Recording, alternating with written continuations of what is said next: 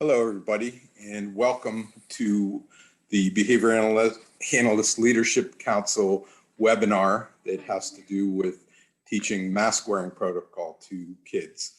My name is Jim Hoko. I'm the Executive Director for the Behavior Analyst Leadership Council, and I'm here to introduce our speakers. If they could turn on their videos, that would be great. Hello, guys. First, I'd like to introduce Deborah Napolitano. Deb is a graduate of the University of Kansas with a degree in developmental and child psychology. She's also an associate professor at the University of Rochester School of Medicine. She is currently faculty in the ABA department at Damon College and a consultant to the Golisano Institute for Developmental Disability Nursing at St. John Fisher College. And then we have Kelly Kotwicki. Hi, Kel. She is also faculty and practicum director in the ABA department at Damon College. She was with Positive ABA based out of Arizona for over 10 years, and she's currently providing behavior-analytic telehealth services in both New York and in Arizona. Hope I got that right, guys. Did I get it right? You did. Yes. All right, so it's we're living in interesting times here. I hope everybody is safe and doing well, and we hope that the content of this webinar will be helpful. So I will turn it over to you two at this point. Thank you. Thank you. I'm going to go ahead and share my screen. Okay. Can you see that okay? Yes, All right. I can. Thank you, Kelly. So I'm going to lead us off, and I'm going to start talking about a pyramidal model of training. So we'll just go to the next slide. And I do want to just mention briefly that this is a collaboration between the Golisano Institute and the Applied Behavior Analysis Department at Damon College. So when we started putting this together, it was really because the pandemic hit, and there was some serious issues, obviously, with individuals needing to wear masks, and we quickly identified that persons with IDD were really struggling, intellectual and developmental disabilities, with some of the issues that came up related to the pandemic, like mask wearing, and so it seemed that it was really important to start to address some of these issues and help out in the community. So as part of the response in the Rochester area, we started to put together a program for mask wearing. So our goals for today is to really teach you, and this is important to think about it this way. There's two goals. The first one is to teach you how to teach others, how to use behavioral skills teaching. So you're going to think about yourself as the primary teacher, and you're going to think about the parent or caregiver or whomever you're teaching as the primary learner, not a person with developmental disabilities, but the parent or caregiver or staff that you're teaching. They're the learner, and you're teaching them how to use behavioral skills teaching. That's the pyramidal piece. And then we're going to teach you, or we're going to go through a protocol for teaching mask wearing so that you can then use the pyramidal model to teach mask wearing. So why would you use behavioral skills teaching? Probably many of you are familiar with behavioral skills teaching, and there's clearly demonstrated efficacy of behavioral skills teaching to teach skills to persons with intellectual and developmental disabilities. There are 4 or 5 primary steps, depending on which article you read or what method you subscribe to. But the first would be instruction, and often you pair that with a rationale for the purpose of the skill that you're teaching. Then there's modeling, rehearsal, and feedback. And a lot of times when you're looking at BST or behavioral skills teaching models, there's a discussion around generalization. And we particularly point that out here because one of the best parts about using a pyramidal model is that it aids in generalization because you're teaching the caregiver, parent, or staff, or whomever you're teaching actually how to teach. And so they can apply this to many skills. So why would we use a pyramidal model? I just described one of the reasons because that allows for generalization. But we know that data indicate that a pyramidal model, or another way that you may have heard it called train the trainer model, can be used. It can be used to teach behavioral skills teaching. There's data to indicate this, that others have done this and done it successfully. It allows the primary instructor, such as the behavior analyst in this case, to effectively use our time or resources, particularly in a pandemic, as we're in now. Being able to teach somebody else how to teach when you can't be there is critical. And in this case, the primary trainer or the behavior analyst trains another person or a small group of persons if you're teaching a group, and then they in turn train others. So how do you get started? It's really important, as Kelly and I were going through this training, one of the things that we kept going back and forth with, now, who are we training? It's really important, and it's sometimes hard to think about, but it's really important to think that we are actually training the skill of teaching. That is the skill. And so to do that, you can do that wherever the training might occur, and you can use telehealth to do that. One of the wonderful things about working with Kelly is Kelly has such a great experience using telehealth. And what you're going to do is you're going to choose a simple skill for the instruction, because remember, you're not teaching the skill of putting on glasses, for example. You're teaching the person how to teach. So you want to use a skill that the parent or caregiver already knows how to do, and think about the parent or caregiver as the primary learner. So we've chosen for this training to use putting on glasses as the skill that we're teaching. Also, of course, you want to determine what materials you need when you're teaching somebody how to use behavioral skills teaching.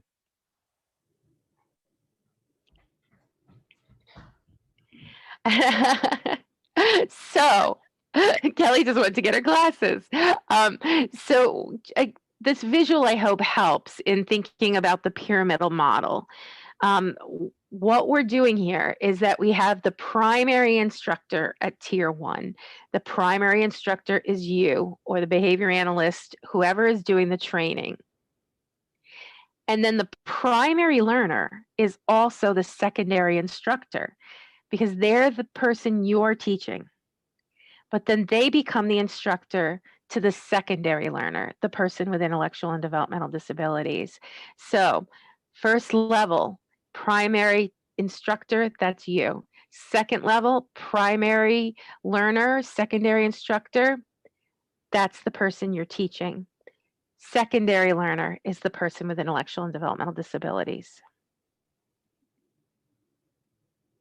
So we're going to start teaching the pyramidal model of behavioral skills teaching here with the first step of behavioral skills teaching, which is providing the teaching strategy or information to the learner and the rationale. So in this case, remember, we're teaching the learner, that's the parent, and we're going to describe to them the rationale for using behavioral skills teaching.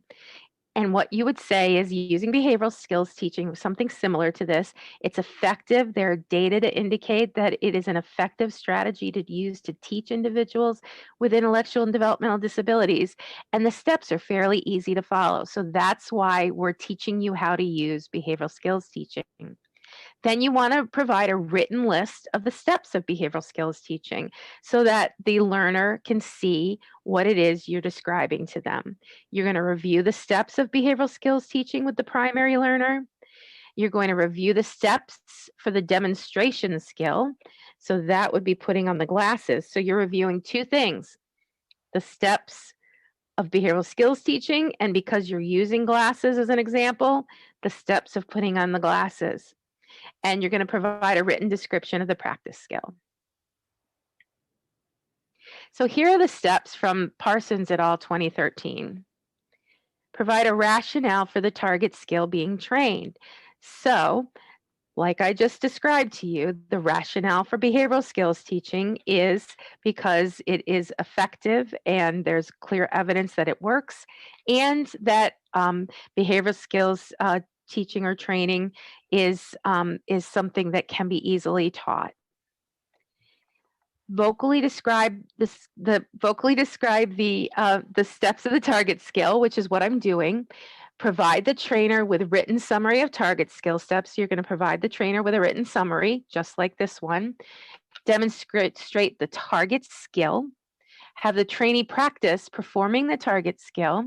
Observe and record training, correct versus incorrect performance of target skill. Provide supportive and corrective feedback if applicable, and then repeat 5, 6, and 7 as needed. So the next step is to model for the primary learner. Now what I'm going to do is I'm going to model putting on glasses, and this is what we're using for the practicing behavioral skills teaching. So the first thing I would do if I was modeling this to the primary learner is I would model going through the steps again. So now I'm modeling how to provide behavioral skills teaching. I'm demonstrating the skills that you're learning. These are the steps that you have to learn, that you have to use. And now I'm going to review the steps for putting on glasses and model them. So the steps for putting on your glasses are you pick them up and you put them on your face over your eyes. Okay, so I modeled those steps. Now, the next thing that I would do if this was the actual individual I was teaching is I would provide them with feedback. So we're going to move to the next step. So steps 3 and 4 is I'm teaching the parent or guardian how to provide effective feedback, okay? So I'm going to introduce the steps to the learner, and the learner in this case, let's say Kelly is a parent of a child with intellectual and developmental disabilities, and I am going to ask you to instruct me in how to put on my glasses using behavioral skills teaching. Okay, so it's important to wear your glasses so that you can see. And what I would like you to do is please pick up your glasses and put them on, covering your eyes. Now it's your turn. Great job. Thank you. So what I liked that you did well was that you praised me after, but it would be really good to use behavior specific praise. So how about if we try it one more time and you use behavior specific praise this time? And by that, I mean, tell me exactly what I did well. Okay. So again, we're practicing wearing our glasses so that we can see. I need you to pick up your glasses and you're going to put them on your eyes just like I did. Your turn. Great job putting on your glasses. Now you can see. Thank you. That was perfect. You gave me the instruction. You modeled putting on your glasses for me. And then after I actually performed the skill the way that I was supposed to, you gave me behavior specific praise. And I really appreciate that. You met all of the steps of behavioral skills teaching. Now, one of the things that you can do is practice this with multiple activities so that the instructor, the secondary instructor, who is your primary learner, becomes fluent with those steps because they're multiple steps, and you can increase the difficulty with the task, and you can begin to use tasks that they may not know all of the skills for, but that's how they're going to become efficient and fluent and effective at using behavioral skills teaching.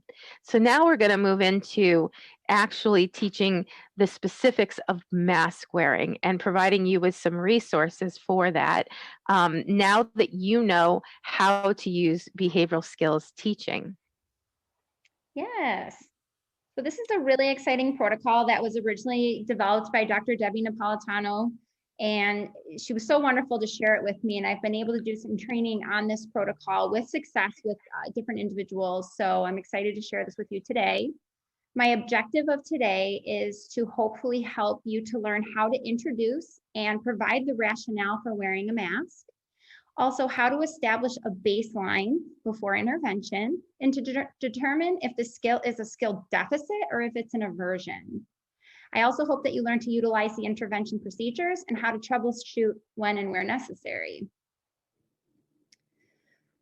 So as Dr. Napolitano talked about, providing that introduction and rationale is so important to our learners. So why is mask toleration important? Right now, the Center for Disease Control and Prevention and the World Health Organization recommend that masks be used as part of the strategy to decrease disease transmission and help save lives during the COVID-19 pandemic. In addition, COVID-19 protocols require the use of masks in public settings in many regions around the world. Due to this, there are many individuals who are unable to access the things that they need to, such as day hab or even respite services that they are used to once having. In addition, this procedure in general can help with mask wearing for individuals who may need it even outside of the pandemic. This is a skill that may be necessary just being in a hospital. Also, the protocols being trained have been found to be effective in other areas and can generalize to other skills, have been found in the literature for things for medical compliance, such as dental and medical procedures, and compliance with necessary but sometimes aversive situations like haircuts or wearing glasses, like Dr. Napolitano demonstrated. It's important that when you're describing the steps to the learner that you use person-friendly language. Consider the comprehension level of the learner. Describe the steps broadly, such as, let's find a mask we like. Let's pick it up and put it on our mouth and then over our ears. Use visuals instead of written instructions when appropriate. There are some really great resources out there, and one of them is using social narratives or videos. There are some in the Affirm modules, and I will share a few others with you later on. But you want to customize the rationale to make sure it's specific to the learner. Some important cautionary information. This training was designed to increase mask toleration and decrease the aversion to wearing a mask. This training is not intended to be aversive to the individual. At any point during the training, if the learner engages in avoidance behaviors, pulling away, saying no, you don't want to force the mask on them. That would only make the mask more aversive and increase the likelihood that they will not want to wear it again in the future. We want to demonstrate to the learner that this can be fun. So we hope to pair this intervention with fun activities and things that they really enjoy. I always love this meme. This is one of my favorite memes. I'm sure you've all seen floating around on social media, but you want to make sure that you identify activities that are fun and reinforcing to the individual. You're going to need to have a certain list of materials. You definitely want to have a mask, of course, if you're going to teach mask toleration. You want to make sure you have a mask. You need a minimum of one mask for the learner, and it's recommended that you have one mask for an adult. If you're doing a peer modeling program, you want to make sure you have additional masks for them. But I would consider, if possible, have several masks, especially if you're unsure which mask the learner prefers, because you can actually do a preference assessment on which mask is most preferred. And that's something we'll talk about in a minute, but I definitely recommend, if you're unsure, to have several. You'll also need a timer. Cell phone timers work great. Most of us have access to that. You're going to need preferred activities to complete while engaged in the intervention. We recommend up to about 20 minutes of engagement. You're going to need preferred items, which are going to act as reinforcers. That will be contingent upon wearing the mask for the specified duration. I also recommend using social narratives, which can also be YouTube videos, and there will be a handout provided that has a whole list of really wonderful resources that are available and free. Even just Googling it, there's so many out there. There's been so many creative people creating these wonderful resources that are open and available. Another material that is recommended but optional is a mirror, which could be found at the dollar store if you don't have one in your home, to show the individual what they look like. So with any good intervention, we want to assess the skill. Where's the learner at? In this model here, this is just a basic flow chart. That's an example of some of the thinking process or the decision-making process that I've gone through when assessing where are we going to start. And is this an aversion, or is this an intolerance to, or an aversion that the individual is an experience? Because, for example, if it's simply a skill deficit, meaning the learner is unable to utilize the mask independently, we may consider developing a task analysis to teach how to wear a mask. Whereas if it's an aversion, we may consider something a little bit more intensive, like doing graduated exposure, which we're going to talk about today. Or if it's an individual who wears a mask, but is constantly just pulling it down, we may look at prompting procedures or non-contingent escape, or even utilizing group contingencies, if it's like in a school-based setting or a group home, things of that nature. So if you're unfamiliar with what a task analysis is, again, there's a lot of free resources available. On the left, this is just an example of the Affirm modules. The Affirm modules do offer a task analysis, like how to, that you can look up, and it's really user-friendly. On the right, this is an example of a task analysis that I purchased from Teachers Pay Teachers, and it was maybe cost like $3, but it was super cute, easy to use, to the point. It had a lot of different options, but it just shows the individual. And you may need to break the skills down further, but I wanted to at least provide an example. And Kelly, I'm just going to jump right in here and say, while this webinar is live, a recording will be available for earning CEs at a later time. If you are viewing the recording and wish to earn CEs, you should take note that the first participation word is rainbow, R-A-I-N-B-O-W, R-A-I-N-B-O-W. The first participation word you will need is rainbow, R-A-I-N-B-O-W.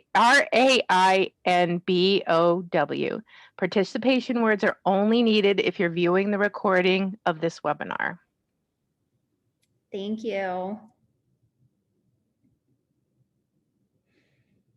Okay, how to conduct a preference assessment. Some learners, you will need to conduct a preference assessment to determine what potential reinforcers you're going to use contingent upon mask wearing. You might even consider a preference assessment for the mask type like we discussed earlier. It's important to note that sometimes simply asking a person what they want or prefer is not reliable. You're going to get to see an example of this later on in the presentation, but the best example I can come up with is with my own son. When I simply ask him what mask he prefers one that has construction vehicles on it because he loves construction. However, that mask actually really hurts his ears. So when he wears that mask, it increases the likelihood that he's going to pull it off, and pull it down. He's going to cry. He doesn't want to wear it. So again, that's the one he would tell me he wants to wear. However, that's not really the preferred one overall due to comfort. Another way is you can simply observe your learner. What do they like? Could it be toys, activities, games, favorite foods, or even the removal of the mask itself? Sometimes we already know what those highly preferred items might be, but if we don't, it would be advisable to conduct a specific preference assessment.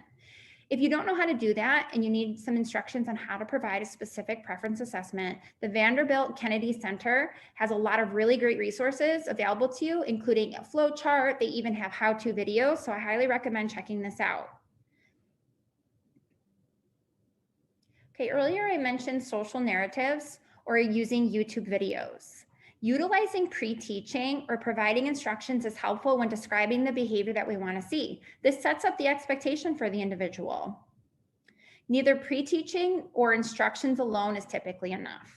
Again, if we could just show a simple video and then the individual would instantly start wearing a mask, that would be fantastic. But I'm assuming if you're engaging in this training, we're probably beyond that point where we need a little bit more intervention. However, this can be really effective because it sets up the idea of what it is we're looking to see.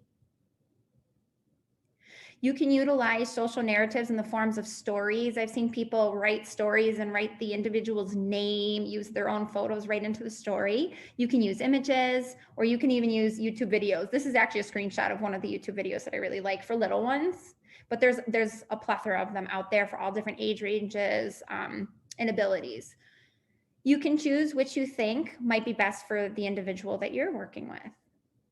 And again, if you're using that pyramidal model too, teaching this to the primary learner to teach beyond that. So getting them to understand and assess those skills themselves. Okay, so once you're all set up and you have all of your materials, you're ready to start your teaching. First, you need to establish your baseline. You need to set up your, well, let me back up. A baseline is a pre-intervention strategy. That's going to tell us where is the learner now. That way we know where we're going to start our intervention. With any good instruction, we want to make sure that we set up our environment, ensure that we have all the related materials. We want to have our masks, we want to have our timers, we want to have our pre-selected preferred activities, games, iPads, books, whatever it was you chose. You want to make sure that you have your reinforcers that were determined from your previous teaching session. You want to make sure you have your preferred masks, or if you're getting ready to do a preference assessment on the masks, you want to make sure you have all your materials ready. You want to have your social narratives or videos pre-selected and ready to go for the learner. You want to start by introducing the topic. As Dr. Napolitano talked about before, the first step in a good behavior skills training program is introduce it to the learner. Tell them why this is important, provide the rationale. So for example, wearing a mask helps keep you and others safe. You want to show the learner one of the social narratives or the videos. And again, there's going to be a handout that has a whole list of them, but you can also Google them. They're all over the place. Tell the learner you're going to see how long that they can wear the mask for during the next couple of fun activities that they picked. You want to start your timer for 20 minutes. You don't want to go over 20 minutes at this point. Ask the learner to put on their mask. If they need help, you can help them. If you're teaching a learner to put the mask on, you may need to develop a task analysis, as we spoke about earlier, to teach the steps for putting the mask on. If the learner has not shown any indication of avoiding people when seeing someone wear a mask, you can also put your mask on to demonstrate the skill, because you want to model for them. Some additional modifications to this may be if an individual finds the mask aversive, even seeing like if mom's wearing a mask and that's too much for them, or the caregiver, you can put a mask on an animal, show them a picture with their loved ones with the mask on. There's some different modifications you can use to help make that activity less aversive. So once you've set that up and once you've got the learner to put the mask on, you want to begin engaging in the planned activities. You want to record the duration that the learner tolerated wearing the mask for, but do not go beyond 20 minutes. Now, if the learner engages in any avoidance behavior by pulling away, making noises, telling you no, you do not want to force the mask on them, as we talked about earlier. That will only make it more aversive. So if you have a learner who doesn't even tolerate seeing a mask or talking about the mask and will not put the mask on, that will be accounted for in our hierarchy when we look at doing a graduated type exposure to the mask. So some additional tips. When you're modeling mask wearing for the learner, you want to narrate while modeling what you were doing. So as Dr. Napolitano and I showed you earlier, you want to say what is going on while you're doing it. So first, I'm going to pick up my favorite mask. And then I'm going to pick up my favorite mask. Next, I'm going to put the mask to my face, over my mouth, and then I'm going to put it on my ears, put it on one ear, put it on my second ear. So I'm going to explain step by step what I'm doing while I'm doing it. You want to continue doing this through every step so you're modeling and describing exactly what you're doing. Okay, so this is an interval hierarchy, and this was adopted from Savarman, Ortega and Royes from 2020. This is brand new. It just came out, and this was all done via telehealth, which was really neat. They had really great results with it, but this is a hierarchy. So as you can see in this hierarchy, some of the early steps account for just the face being within 30 centimeters of the individual's face for 5 seconds, and then gradually exposing them to that more. So once you've conducted your baseline and you've determined where your learner is, we're going to start intervention just 1 to 2 steps lower than that. So some quick notes about this hierarchy. You don't want to move too quickly or too slowly. We recommend that you should have 2 successes in one level and meeting the criteria at one level before moving forward. You never want to force a learner and make the mask aversive. You want to utilize praise and gestures throughout, and using that behavior-specific praise that Dr. Napolitano spoke to before. I love to see how you're wearing your mask. You're doing such a great job keeping yourself safe. Start with a step that you know the learner is going to be able to contact reinforcement with. That's why we're going to start a few steps, 1 to 2 steps earlier than we achieved in baseline. If you feel that a step is unnecessary, you can use your clinical judgment. Just remember, Rome was not built in a day. We want to make sure that we keep it positive and that we keep it fun.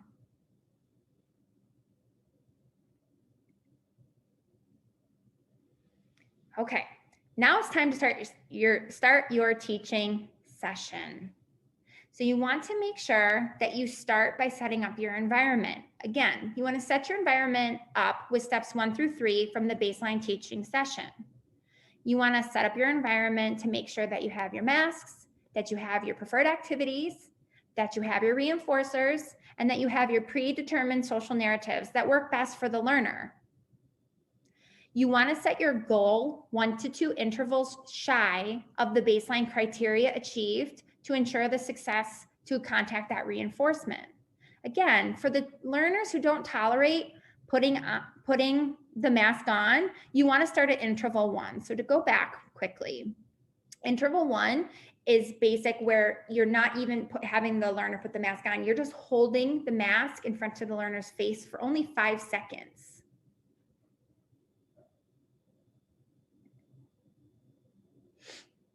So you want to tell the person what they're going to be earning for wearing the mask for the targeted duration.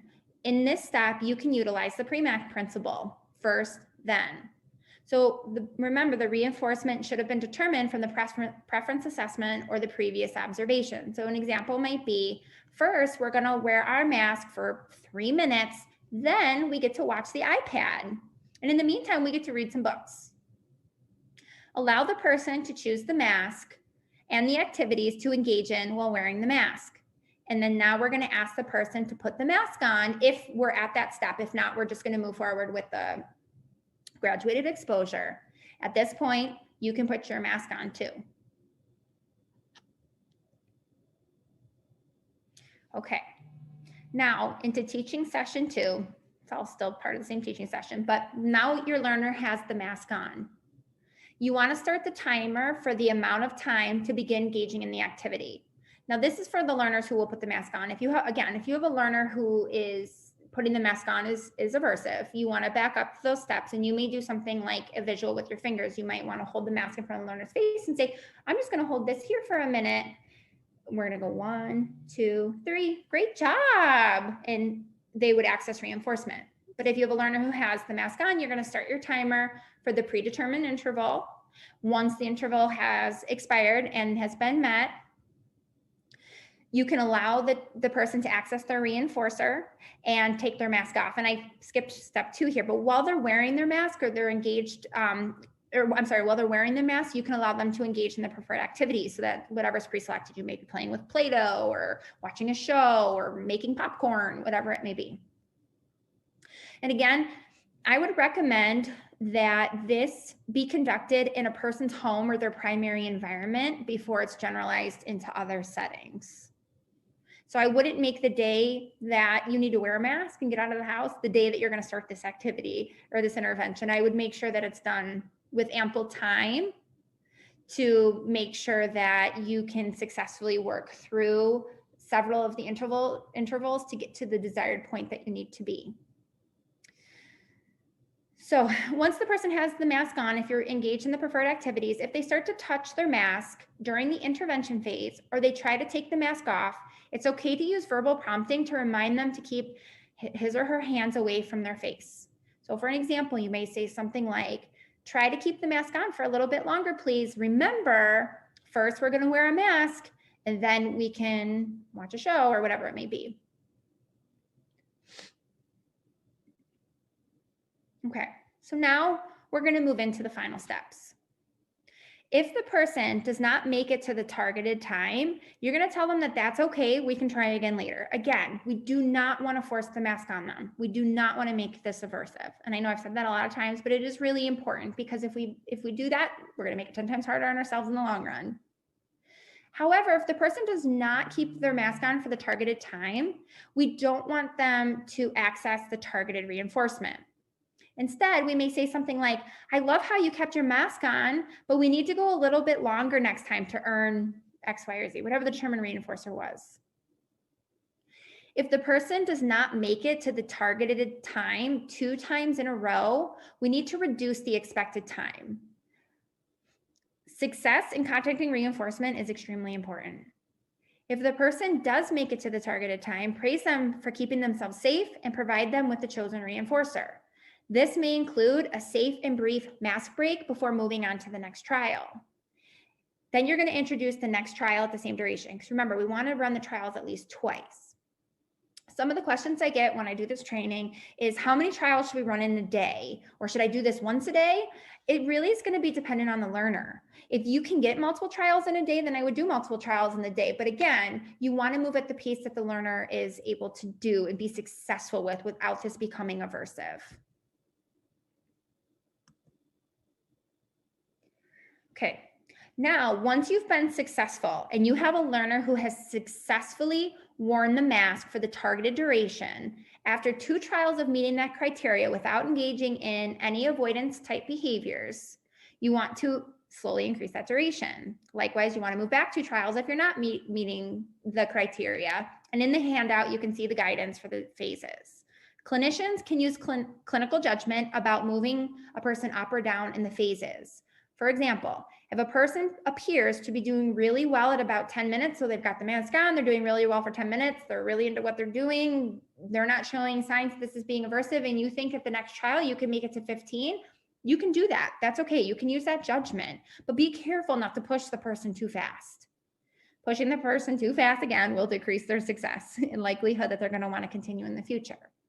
So when working with a parent or a caregiver, I will often tell them, you can use your judgment. You know the learner best.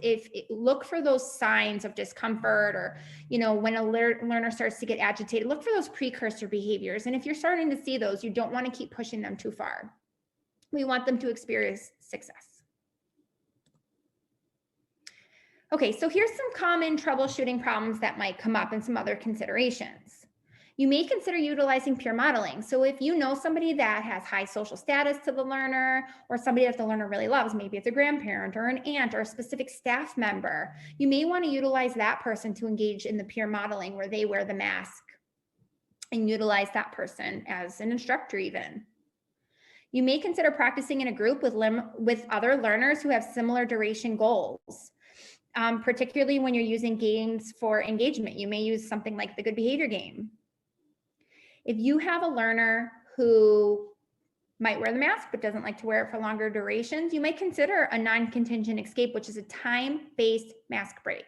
I know for me personally, if I have to talk or present and I have to wear a mask, I get winded much more quickly if I'm talking, and I need a mask break much more quickly. So I know that maybe every 20 minutes when I have to talk, I need to step off and take my mask off and just breathe fresh air for a few minutes.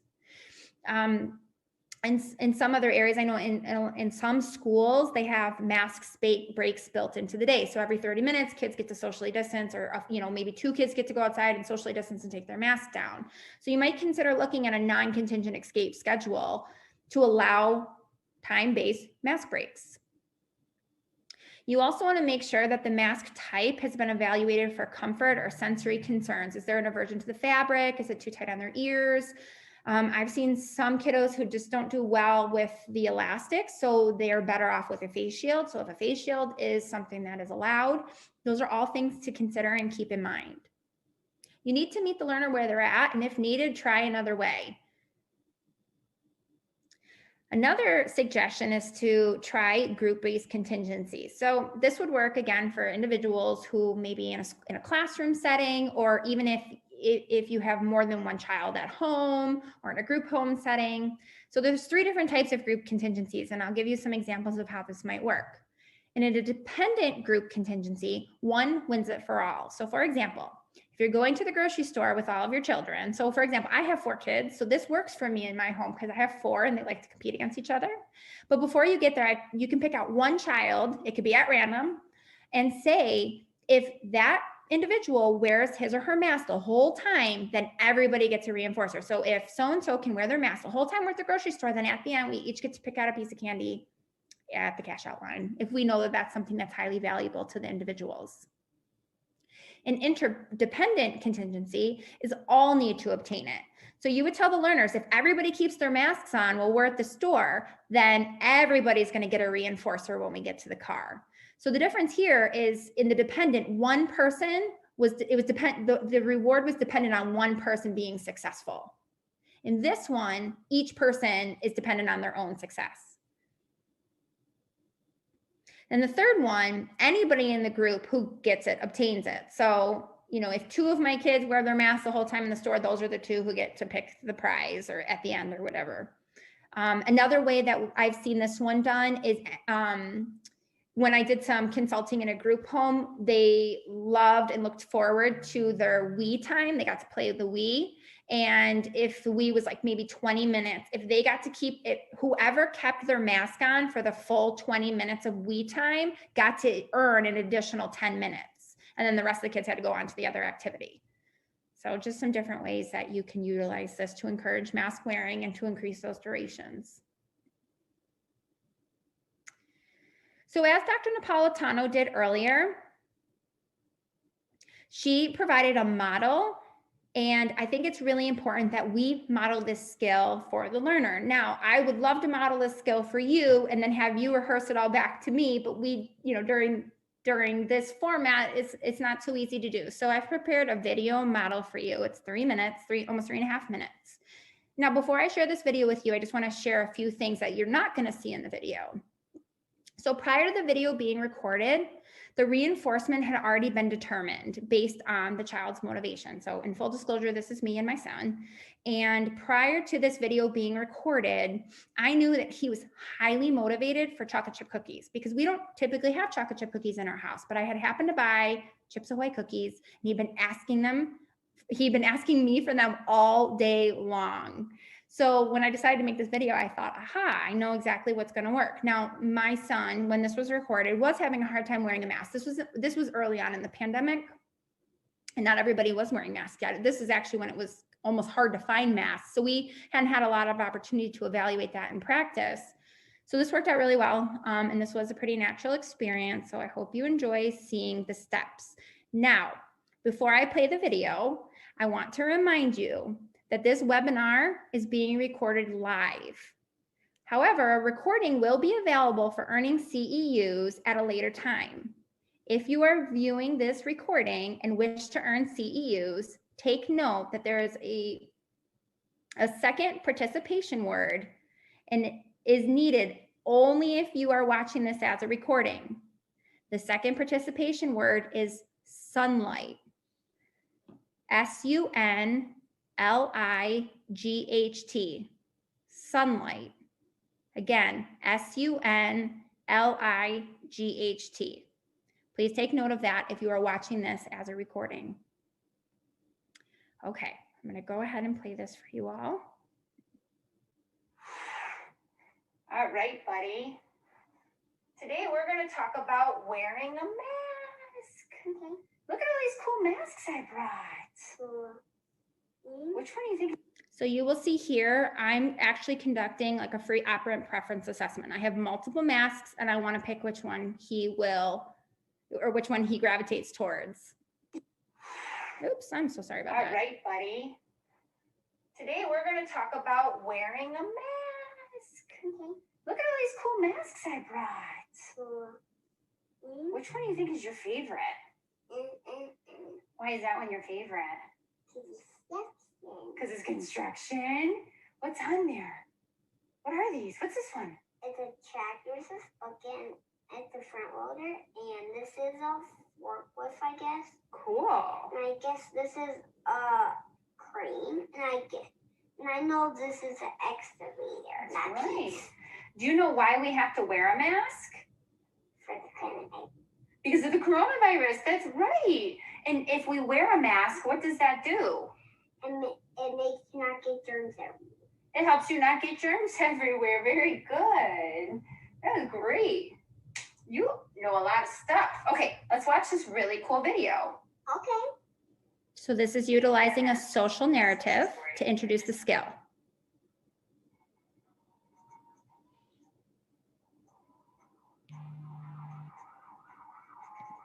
When I go to the doctor's office, We can watch the rest of it later, because for the purposes of this, we're just gonna practice, okay? We're gonna pretend that at baseline, he was able to tolerate the mask for 10 minutes. So today, I want to practice Carson wearing the mask for 9 minutes so he can contact reinforcement. We're just gonna pretend. Oh, it hurts my ears. It hurts your ears. Yeah. I know, it hurts my ears. So you'll see that was the moment that I learned during doing my little preference assessment that that was the one that hurt his ears. Now, had he have put it on, he probably would have complained almost instantly that his ears started to hurt. And then we could have evaluated, let's try something else. Oh, I did it again. I'm so sorry. I won't stop it on you guys anymore. Tolerate the mask for 10 years. It hurts your ears. Yeah. I know, it hurts my ears sometimes too, but you know what? We can try to wear different masks that might not hurt your ears. Have you ever tried one of those? I tried that. Let's try that mask. Good job putting your mask on. I'm gonna put mine on too. So I'm modeling the skill. It feels good? Yeah. Is your nose covered?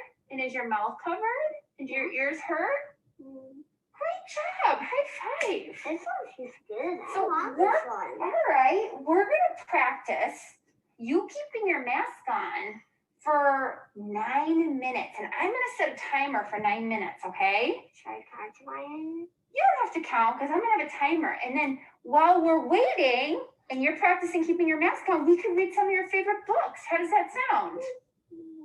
What book do you wanna pick?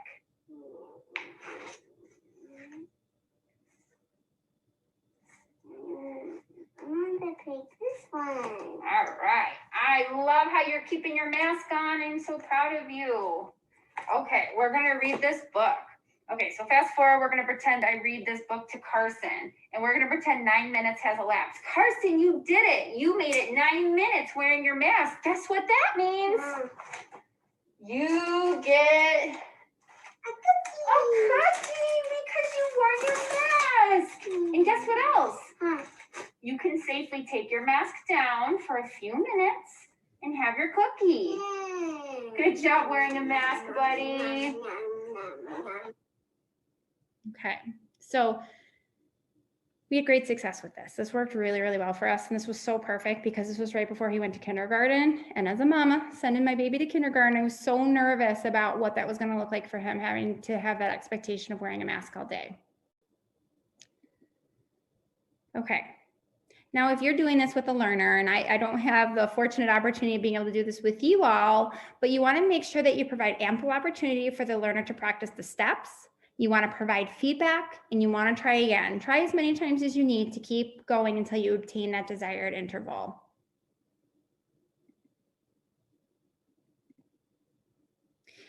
As I mentioned several times, and Dr. Napolitano mentioned, there are several resources available to you, many of them which are free, which is wonderful. So many individuals have taken their time and put together these really wonderful instructional materials, videos. Feel free to check them out. And there's our references. Thank you all for listening. Are we able to take questions? We have time for questions. Yes, we do.